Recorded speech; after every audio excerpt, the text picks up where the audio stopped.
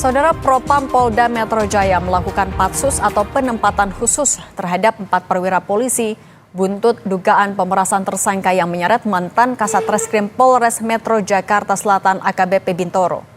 Mantan Kasat Reskrim Polres Metro Jakarta Selatan AKBP Bintoro diperiksa Propam Polda Metro Jaya terkait dugaan pemerasan penanganan kasus pembunuhan dan kekerasan seksual dengan tersangka AN dan BH yang disebut-sebut anak bos jaringan klinik laboratorium ternama. Kepada Kompas TV, Kabid Humas Polda Metro Jaya Kombes Ade Arisya membenarkan Propam tengah memeriksa AKBP Bintoro dan 3 perwira lain di Satreskrim Polres Metro Jakarta Selatan.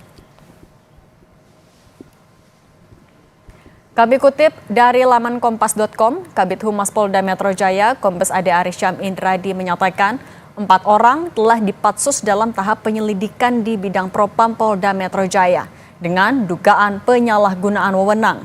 Terkait pendalaman peristiwa tersebut masih terus berjalan dan akan kami usut tuntas.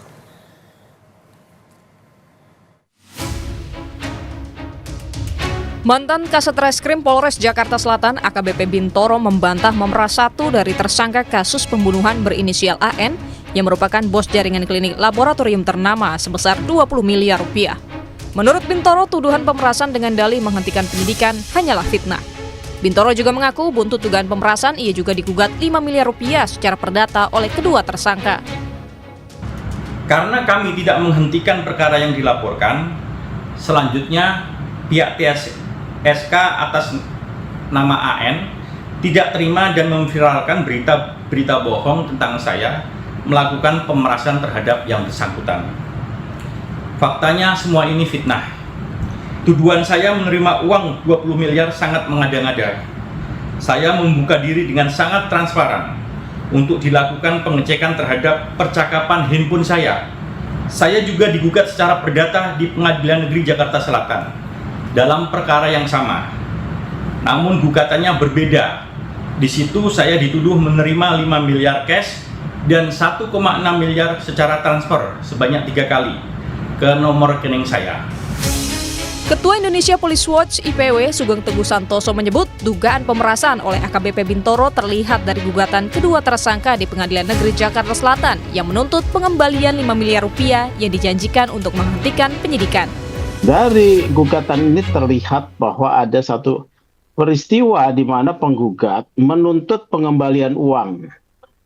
Uang tersebut terkait dengan janji dari AKBP Bintoro yang waktu itu dalam jabatannya sebagai Kasat Reskrim untuk menghentikan kasus atas 2 pelaku pembunuhan, ya, diduga sebagai pelaku pembunuhan terhadap seorang wanita. Kemudian kami dalami, awalnya informasi yang didapat 20M, tapi setelah kami dalami berdasarkan informasi dari pihak yang berwenang dalam hal ini dari internal kepolisian, hanya sekitar 5M, ya, 5 miliar. April 2024 lalu, seorang remaja tewas diduga akibat dicekoki narkoba hingga overdosis dan menjadi korban kekerasan seksual saat bersama para tersangka di sebuah hotel di kawasan Senopati, Jakarta Selatan. Tim Liputan, Kompas TV. Berawal dari kasus pembunuhan dan kekerasan seksual di sebuah hotel di kawasan Senopati, Jakarta Selatan tahun 2024. Terungkap belakangan mantan Kasat Reskrim Polres Metro Jakarta Selatan AKBP Bintoro dan sejumlah anak buahnya diduga terlibat pemerasan terhadap tersangka yang ditangani. Bagaimana sebaiknya Polri mengusut dugaan penyalahgunaan wewenang oleh anggotanya saat menangani kasus? Sudah ada staf ahli Kapolri Arianto Sutadi dan pengamat kepolisian dari ISAS Bambang Rukminto. Selamat petang Bapak-Bapak. Selamat petang Mbak Cindy. Saya mau ke Pak Bambang dulu. Pak Bambang, ini ada dugaan pemerasan untuk menghentikan sebuah kasus yang sedang ditangani. Kemudian karena kasusnya tetap berjalan, ada gugatan perdatanya. Tanggapan Anda soal ini apa Pak Bambang? Ya, kasus seperti ini kan sudah merupakan fenomena puncak gunung es ya. Tidak hanya dalam konteks pemerasan di Jakarta Selatan ini saja, tapi sudah seringkali terjadi di mana-mana. Hanya saja korban ini tidak speak up ke media ataupun juga melaporkan, karena tentu pihak korban ini dalam posisi yang sangat lemah. Makanya mereka seringkali tidak melakukan speak up.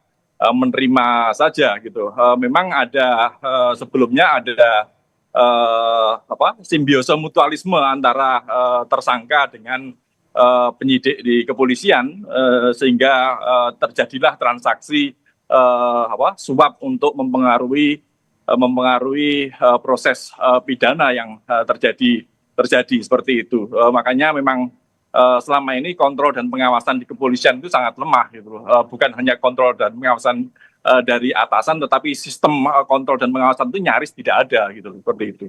Nah, soal kontrol tadi, Pak Arianto, ini kan juga sebenarnya Kapolres saat itu bilang sudah janggal karena kasusnya lama sekali. Nah, tapi ini hanya meminta adanya evaluasi. Apakah sebenarnya bisa dilakukan intervensi oleh Kapolres atau sejauh mana intervensi pengawasan yang harusnya dilakukan oleh atasan? Ya, kalau ini sih, kalau saya lihat kasus ini ya itu ya, yang nakal itu ya kasat sersenya itu. Karena apa? Dia kan ini kasusnya kan bermula dulu itu ada kejadian ya, kejadian 2 remaja entah diperlakukan seksual oleh 2 tersangka itu, kemudian kasusnya itu di-split itu. Yang kasus mengenai pelecehan seksual itu ditangani oleh Polres, kemudian yang senjata api itu oleh Polda. Nah, kemudian sementara yang di Polres ini tidak jalan-jalan terus itu. Sudah berapa? Mulai April kan ya? Mulai April kalau nggak berjalan terus. Nah, ternyata setelah itu kasatnya dipindah, barulah ketahuan dan kemudian kasus itu diteruskan itu. Nah, kasus ini menjadi mencuat ketika kemarin itu pelaku itu merasa dirugikan karena merasa diperas gitu ya, sehingga melapor gugatan perdata. Ya, dia menggugat perdata untuk dikembalikan kerugiannya itu. Nah, barulah di situ terkuak itu. Ternyata ini sih yang dulu yang dulu kasusnya ditunda-tunda itu, kemudian ternyata oleh Pak Kapolresnya diambil alih, yang bersangkutan dipindah ke Polda dan kemudian kasusnya itu diteruskan dan dikirimkan ke kejaksaan. Ternyata di belakangnya ada buntut kayak gitu, pemerasan judulnya kan gitu kan. Akhirnya kemudian Propam cepat ambil tindakan, 4 orang ini dimasukkan dalam patsus ya, diperiksa untuk pelanggaran etiknya gitu ya. Dan dari keterangan-keterangan selama pemeriksaan etik ini, saya dapat keterangan dari Polda bahwa itu ternyata kasusnya itu lebih tepat dikatakan ini sebagai suatu kasus penyuapan gitu. Karena kalau pemerasan itu berarti satu pihak, misalkan gini, pelaku penyidiknya mengatakan kamu bayar saya segini, kalau enggak akan saya kirim berkas. Tapi yang terjadi itu adalah ada peran daripada pengacara ini. Tapi pengacara bukan yang gugat ini ya, pengacara yang dulu. Jadi pengacaranya itu ngomong sama yang bersangkutan, pelaku waktu itu, kemudian mau diurus bahwa itu kasusnya tidak akan dikirim. Dan si Bintoro itu menjanjikan tidak akan mengirim. Sehingga kasusnya bukannya dihentikan, tapi hanya tidak dikirim-kirim. Nah, setelah dia dipindahkan, barulah berkas itu dikirim. Jadi memang kalau hemat saya ya, seorang kasat reserse itu tidak akan mungkin dia menghentikan kasus itu. Karena kalau menghentikan kasus itu kan mesti pakai gelar. Nah, sementara dia waktu itu kan hanya katanya ya menjanjikan gitu. Nah, ternyata itu pun nggak ditepati janjinya kan. Makanya kemudian itu uang suap itu diminta kembali. Jadi dalam kasus ini kelihatannya ya yang lebih tepat adalah suatu kasus penyuapan. Oleh karena itu pasti nanti penyelidikan akan dilanjutkan kepada siapa yang menyuap, siapa yang menyuruh, siapa yang menerima. Dan sejauh ini yang sudah jelas adalah kekeliruan daripada si Kasat Serse dan teman-temannya itu, satu grupnya itu adalah itu menerima suap itu. Yang tadinya kan di berita pertama kali 20 miliar. Ternyata dari terakhir saya tadi pagi beritanya dengar bahwa itu 17. Jadi pengacara itu sudah mintanya kan berturut-turut kepada yang bersangkutan itu. Oke, artinya lebih tepat disebut sebagai kasus suap ya Pak Arianto. Ya, kasus suap, sedangkan yang sampai kepada polisi kurang daripada 1 miliar. Nah, kayak gitu. Makanya ini harus didalami, ini kasus suap ini harus didalami dan kemudian siapa yang terlibat itu harus diperiksa semuanya gitu. Kurang lebih gitu ya. Oke, ini juga Pak Arianto, ini juga kita akan tampilkan dulu, ini ada surat gugatan perdata yang melibatkan 3 polisi dan juga 2 sipil. Dengan penggugat ada Arief Nugroho dan Bayu Hartoyo, ini adalah pihak yang sudah ditetapkan oleh tersangka pada tahun lalu. Saya mau lanjutkan ke Pak Bambang. Pak Bambang, kalau dari AKBP Bintoro juga kan sebenarnya sudah membantah. Dia bilang cek saja HP-nya, cek saja nomor rekeningnya. Tapi kalau untuk memastikan ada atau tidaknya dugaan penyuapan, kalau yang tadi disebutkan oleh Pak Arianto, apalagi upaya yang bisa dilakukan, lewat mana lagi untuk memastikan itu? Ya, pihak yang memberikan uang ini korban dalam hal ini, ya kalau ini dikatakan ini adalah pemerasan, tentu pihak tersebut adalah korban. Ini bisa melaporkan ke kepolisian juga. Cuma memang menjadi problem ketika ke pihak kepolisian dalam konteks ini tentu adalah yang disudutkan gitu loh. Apakah bisa kepolisian ini bisa objektif dalam menangani kasus ini atau tidak? Makanya harus ada pihak eksternal. Dalam hal ini bisa saja Kompolnas masuk di sini karena kasus seperti ini sangat banyak sekali yang mencuat, yang berani speak up hanya beberapa orang, seperti di kasus DWP misalnya, yang berani speak up adalah warga negara asing seperti itu. Dan memang di kepolisian memang harus ada pembenahan terkait sistem kontrol, karena kalau tidak ada perbaikan dalam sistem kontrol, ini akan terulang lagi gitu.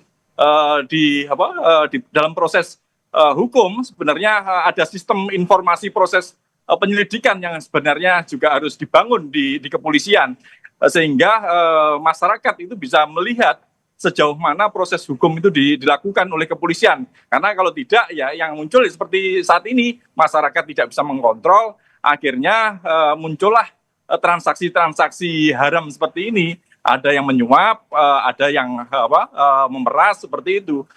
Siapa yang memeras atau siapa yang menyuap ini sama-sama tentu adalah tindak pidana seperti itu. Dan kita tentu tidak bisa